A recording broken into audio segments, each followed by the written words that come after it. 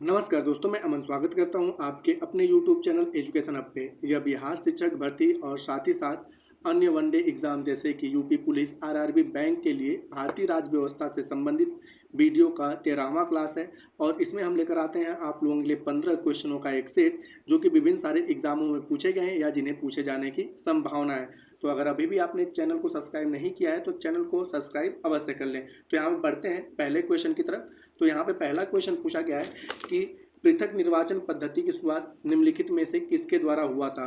भारतीय संवैधानिक सुधार रिपोर्ट 1918, या मॉन्टेग्यू चेम्सफोर्ड सुधार, या मार्ले मिंटो सुधार, या भारत शासन अधिनियम 1935। तो पृथक निर्वाचन प्रणाली की अगर शुरुआत की बात किया जाए तो यहाँ पर मार्ले मिंटो सुधार अधिनियम 1909 के तहत हुआ था, जिसे हम लोग भारत शासन अधिनियम 1909 के नाम से भी जानते हैं। तो सही आंसर होता है सी। साथ ही साथ यहाँ पे जान लेते हैं कि भारत शासन अधिनियम जो है आपका 1919 को मॉन्टेग्यू चेम्सफोर्ड सुधार के नाम से जाना जाता है, और इसके तहत प्रांतों में द्वैध शासन को लाया गया था। प्रांतों में द्वैध शासन को लाया गया था। और भारत शासन अधिनियम 1935 के तहत प्रांतों में द्वैध शासन को समाप्त कर दिया गया और इसे केंद्र में लागू कर दिया गया। तो हालांकि पूछा गया है यहाँ पर कि किस अधिनियम के तहत जो है पृथक निर्वाचन की शुरुआत की गई थी, तो मार्ले मिंटो सुधार अधिनियम 1909। और इस समय जो था आपका मार्ले जो था वह क्या था, भारत सचिव था, और मिंटो तत्कालीन भारत का वायसराय था। तो मिंटो ने इसके बारे में कहा था कि हम भारत में नाग के दांत बो रहे हैं, नाग के विष के दांत बो रहे हैं, जिसका फल आगे चलकर भीषण होगा। और यहीं से अंग्रेजों ने फूट डालो, ठीक है, फूट डालो राज करो की नीति अपनाई।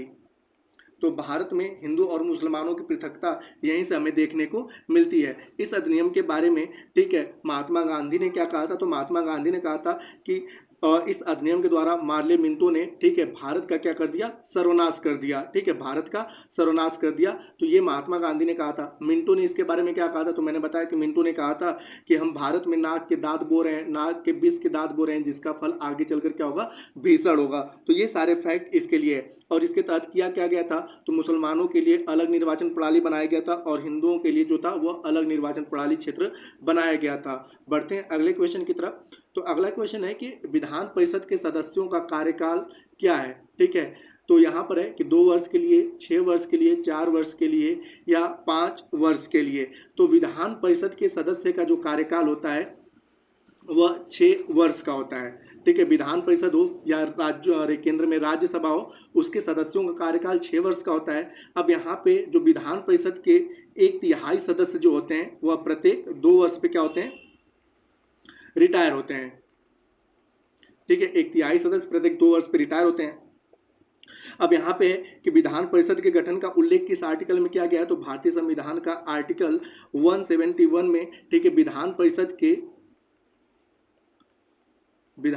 परिषद के गठन का उल्लेख किया गया है। और इसमें कहा गया है कि इसमें जो कुल सदस्य होंगे उन सदस्यों का 1/12 सदस्य, 1/12 सदस्य जो होंगे वह कौन, तो स्नातक करने वाले मतदाता होंगे इनको चुनने के लिए। बाकी 1/12 सदस्यों को कौन चुनेगा, तो माध्यमिक स्तर के शिक्षक चुनेंगे। ठीक है, तो 1/12 को कौन चुनते हैं, माध्यमिक स्तर के शिक्षक चुनते हैं।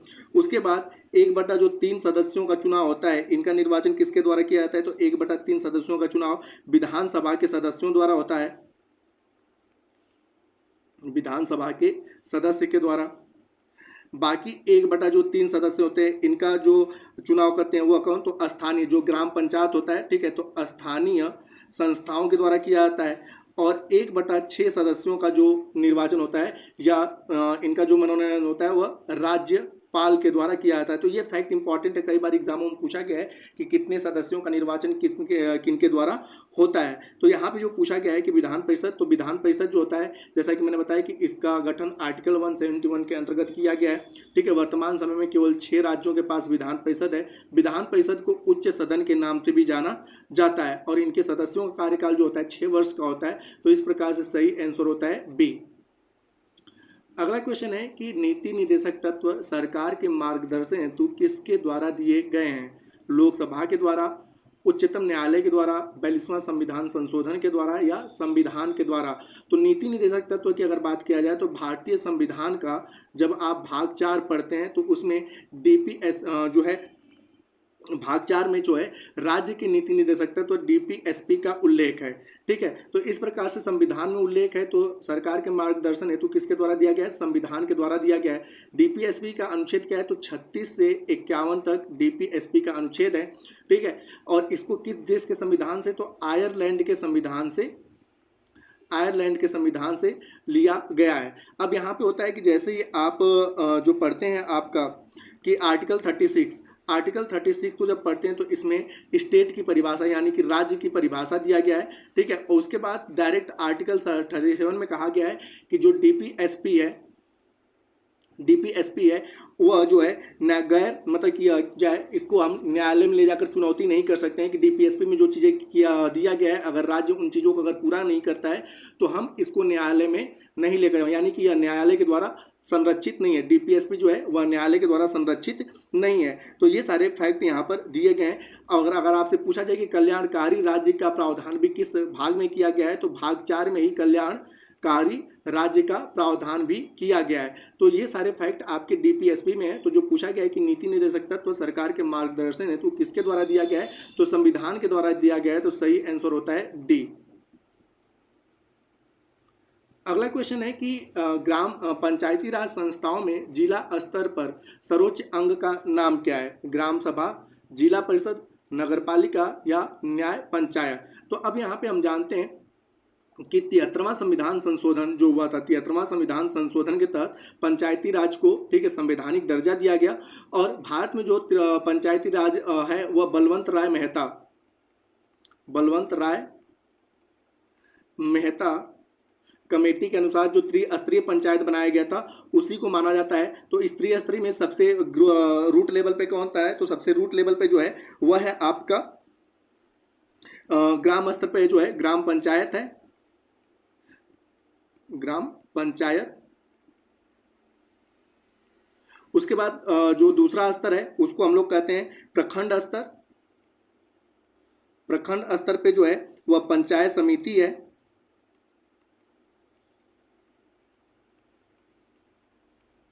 उसके बाद तीसरा है आपका जिला स्तर। तो जिला स्तर पे जो बनाया गया है वह है जिला परिषद। तो इस प्रकार से जो पूछा गया है कि जिला स्तर पे सर्वोच्च अंग कौन सा होगा तो सही आंसर होता है यहाँ पे बी कि जिला स्तर पे सर्वोच्च अंग जो होगा वह जिला परिषद होगा। 73वां संविधान संशोधन त्रिस्तरीय ग्राम पंचायत यहाँ पे आप समझ लिए। अब इसको किस में रखा गया है तो भारतीय संविधान का भाग 9 में ठीक है पंचायती राज की व्यवस्था का प्रावधान किया गया है। और भाग 9 क में जो है वह नगरपालिका जिसको कि 74वां संविधान संशोधन के तहत जोड़ा गया। 73वां संविधान संशोधन के द्वारा 11वीं अनुसूची भी जोड़ी गई थी और जिसमें कुल सब्जेक्टों की संख्या कितनी है? 29 है। और 74वां संविधान संशोधन के तहत 12वीं अनुसूची जोड़ी गई जिसमें सब्जेक्टों की संख्या कुल 18 है। तो ये सारे फैक्ट आप अच्छे से याद रखिएगा। ठीक है, अगला क्वेश्चन है कि किस राज्य में द्विसदनात्मक विधानमंडल नहीं है? तो जैसा कि आपने पता है कि द्विसदनात्मक किसे कहते हैं तो वह राज्य जिनके पास विधान सभा और विधान परिषद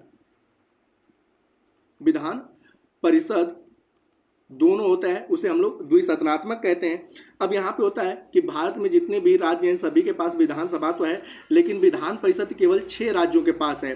वे 6 राज्य कौन कौन से हैं? तो सबसे पहले तो उत्तर प्रदेश आता है। उत्तर प्रदेश के बाद आपका अगला राज्य आता है बिहार। बिहार के बाद आपका आंध्र प्रदेश आता है और तेलंगाना आता है। उसके बाद आपका आता है अगला राज्य कर्नाटक।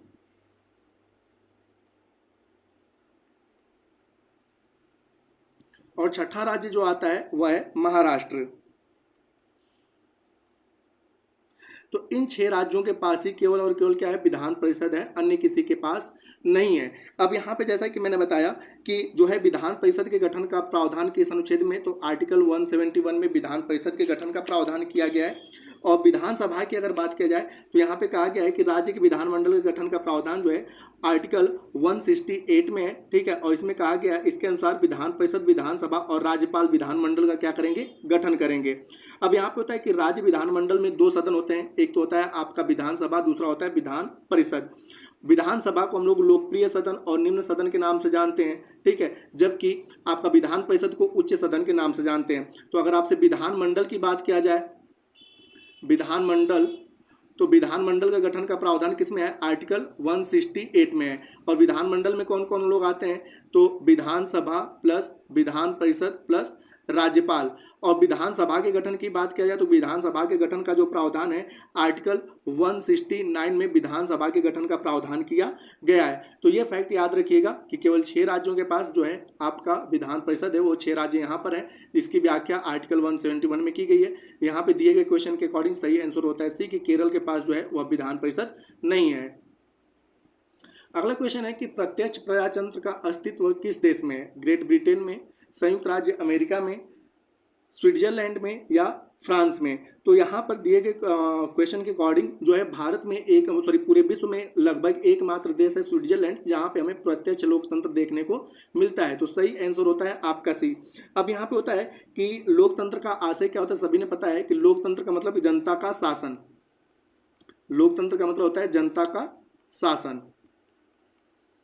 अब यहाँ पे होता है कि डायरेक्ट यानी कि डायरेक्ट डेमोक्रेसी यानी कि प्रत्यक्ष लोकतंत्र किसे कहते हैं, तो प्रत्यक्ष लोकतंत्र में जो होता है कि इस लोकतांत्रिक प्रणाली में कानून निर्माण में जो होता है जनता की सहभागिता होती है। जनता सरकार को कभी भी सत्ता से हटा सकती है, अर्थात सरकार का कोई निश्चित कार्यकाल नहीं होता है। ये होता है आपका प्रत्यक्ष लोकतंत्र।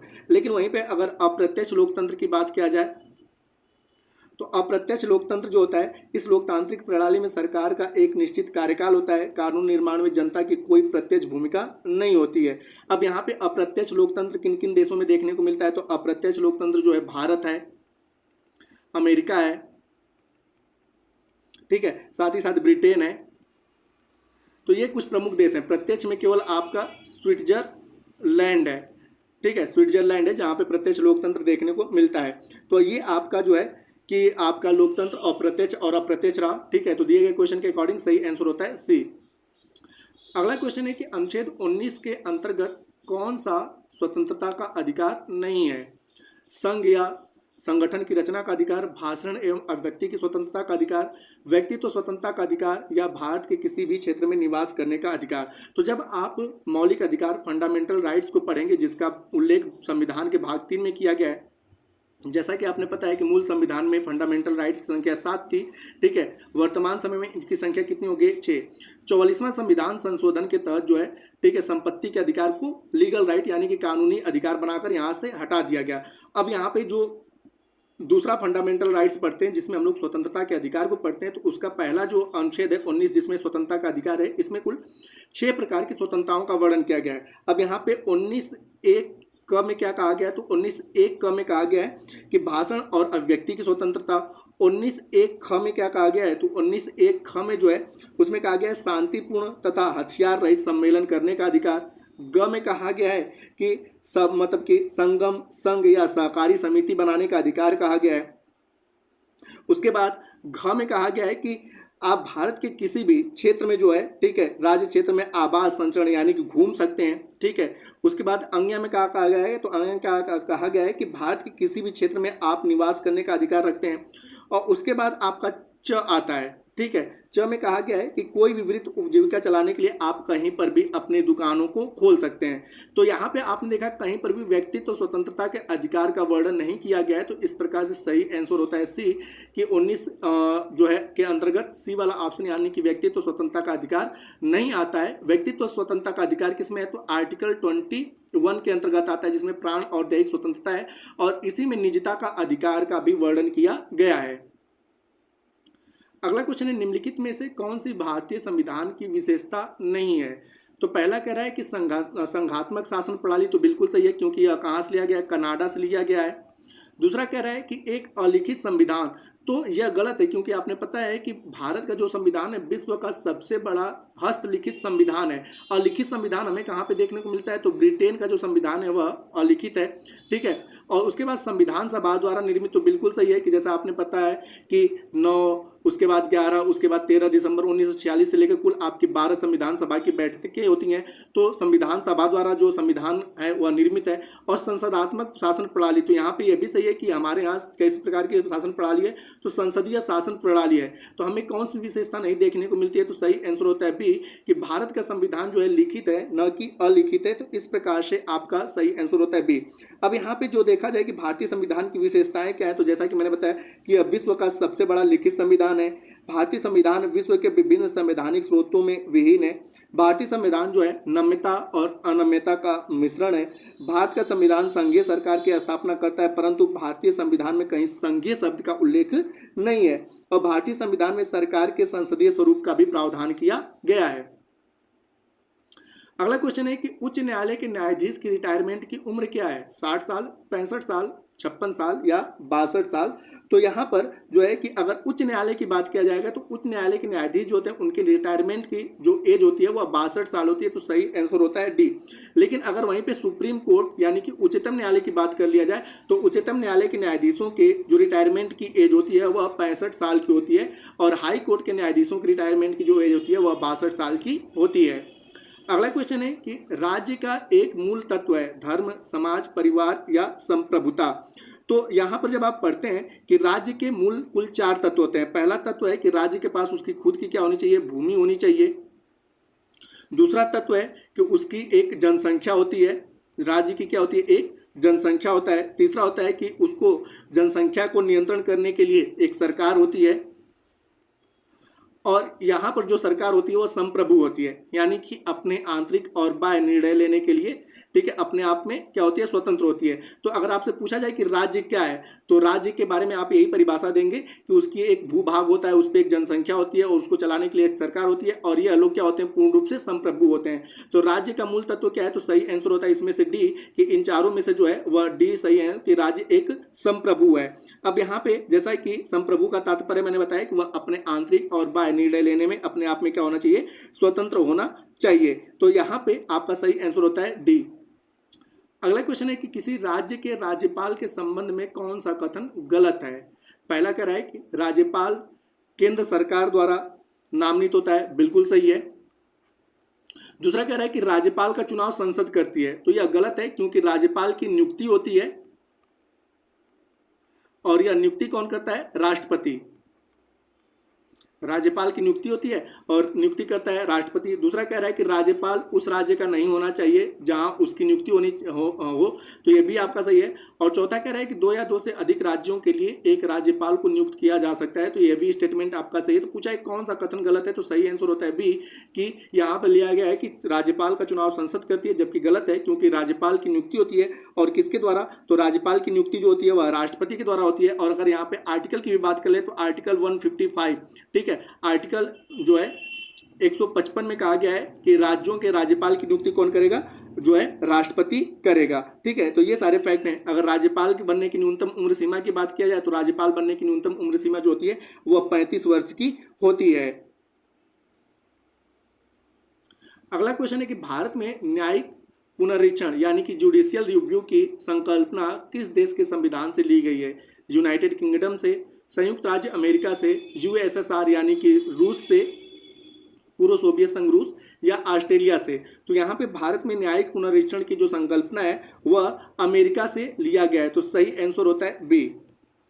अब यहाँ पे जानते हैं इसके बारे में, तो जो है कि अमेरिका से ही जो एक चीज कहा गया है कि उच्चतम न्यायालय की शक्ति और अधिकार भी लिया गया है। उपराष्ट्रपति का पद और मौलिक अधिकार और वित्तीय आपातकाल जो है वह भी आपका अमेरिका से ही लिया गया है। और अगर ब्रिटेन की बात किया जाए तो ब्रिटेन से क्या क्या लिया गया है, तो कानून का शासन, संसदीय शासन प्रणाली और प्रशासनिक ढांचा जो है वह ब्रिटेन से लिया गया है। रूस से क्या लिया गया है, तो फंडामेंटल ड्यूटीज जो है वह रूस से लिया गया है। और ऑस्ट्रेलिया से क्या लिया गया है, तो प्रस्तावना की जो भाषा है, प्रस्तावना की जो भाषा है वह ऑस्ट्रेलिया से लिया गया है। अगले क्वेश्चन की ओर बढ़ते हैं। तो अगला क्वेश्चन, निम्नलिखित में से किसका उल्लेख नीति निदेशक तत्व के रूप में नहीं हुआ है।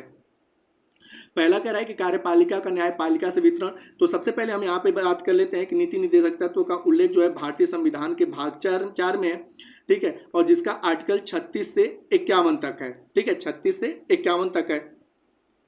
अब यहाँ पे अगर हम इसकी बात करें तो कार्यपालिका का न्यायपालिका से अलगाव जो है यह आर्टिकल 15 है, तो ऑलरेडी इसमें आता है। राष्ट्रीय स्मारकों का जो संरक्षण की अगर बात किया जाए तो राष्ट्रीय स्मारकों के संरक्षण का जो प्रावधान किया गया है वह भी आपके डीपीएसपी में ही आता है।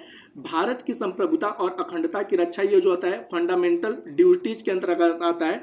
और पर्यावरण की जो रक्षा है, ठीक है, पर्यावरण की जो रक्षा है, संरक्षण है, यह आपके 48 में आता है, ठीक है, 48 में आता है। तो इस प्रकार से आप देखेंगे कि जो आपका ऑप्शन सी है, ठीक है, वह डीपीएसपी के अंतर्गत नहीं आता, वो फंडामेंटल ड्यूटीज के अंतर्गत आता है। अगला क्वेश्चन है कि भारत के राष्ट्रपति के चुनाव में निम्नलिखित में से किसका विधान नहीं है, ठीक है। तो यहाँ पे कह रहा है कि निम्न में से कौन सी चीजें हैं जो राष्ट्रपति के चुनाव में नहीं होती है। तो पहला कह रहा है कि सभी मतों का समान मूल्य, गुप्त मतदान, एकल संक्रमणीय मत और अनुपातिक प्रतिनिधित्व पद्धति। तो यहाँ पे राष्ट्रपति के चुनाव में गुप्त मतदान भी किया जाते हैं, सिंगल ट्रांसपोर्टेबल जो आपका वोट सिस्टम भी किया जाता है, और यहाँ पे अनुपातिक जो है प्रतिनिधित्व पद्धति होती है। लेकिन यहाँ पे सभी के मतों का समान मूल्य नहीं होता है, ठीक है, सभी के मतों का समान मूल्य जो होता है वह first past the post system में होता है। जैसा कि जो आपके प्रत्यक्ष जो होते हैं जिनको हम लोग प्रत्यक्ष रूप से चुनते हैं, जैसे कि ग्राम सभा का जो चुनाव हो गया, ठीक है, लोकसभा का या विधानसभा का चुनाव होता है, वहां पर सभी के मतों का जो होता है मूल्य समान होता है। राष्ट्रपति के चुनाव में जो मतों का मूल्य होता है वह जनसंख्या के अनुपात में, ठीक है, ज्यादा या कम हो सकता है। तो सही आंसर होता है आपका है कि सभी के मतों का मूल्य जो होता है समान, वह राष्ट्रपति के चुनाव में नहीं होता है। First part the post system यानी कि जो प्रत्यक्ष रूप से चुनाव होते हैं उसमें सभी के मतों का क्या होता है, मूल्य समान होता है। तो सही आंसर होता है ए। इस सेशन का अंतिम क्वेश्चन है कि द्वैध शासन का प्रावधान किस एक्ट में किया गया था। भारत परिषद अधिनियम 1892 या भारत परिषद एक्ट 1909 या भारत शासन एक्ट 1919 या भारत शासन एक्ट 1935। तो यहाँ पर द्वैध शासन का जो प्रावधान है भारत शासन अधिनियम 1919 में किया गया था, जिसको हम लोग मॉन्टेग्यू चेम्सफोर्ड के नाम से जाने जाते हैं। इसके अंतर्गत क्या किया गया था, तो प्रांतों में द्वैध शासन को लाया गया था, प्रांतों में द्वैध शासन को लाया गया था। और बाद में भारत शासन अधिनियम 1935 आया और इसके तहत जो है प्रांतों से द्वैध शासन को क्या कर दिया गया, समाप्त कर दिया गया। और इसको कहाँ पर लागू कर दिया गया, केंद्र में लागू कर दिया गया। 1909 का मुख्य जो है यह क्यों, तो इसे मार्ले मिंटो सुधार के नाम से जाना जाता है। और इसी के तहत, ठीक है, सांप्रदायिक निर्वाचन प्रणाली को भारत में लागू किया गया था। तो हालांकि दिए गए क्वेश्चन के अकॉर्डिंग सही आंसर होता है सी। तो दोस्तों ये थे संविधान से संबंधित आपका 15 क्वेश्चनों का सीरीज। उम्मीद करता हूं कि आपको वीडियो पसंद आया होगा। वीडियो पसंद आए तो वीडियो को लाइक करें, कमेंट करें तथा अपने दोस्तों के साथ शेयर करें। और चैनल पर नए तो चैनल को सब्सक्राइब अवश्य करें तथा इस पीडीएफ के लिए आप हमारे टेलीग्राम से जुड़ सकते हैं, जिसका लिंक वीडियो के डिस्क्रिप्शन में दिया हुआ है। तो वीडियो के अंत तक बने रहने के लिए धन्यवाद। मिलते हैं जल्दी नेक्स्ट वीडियो में।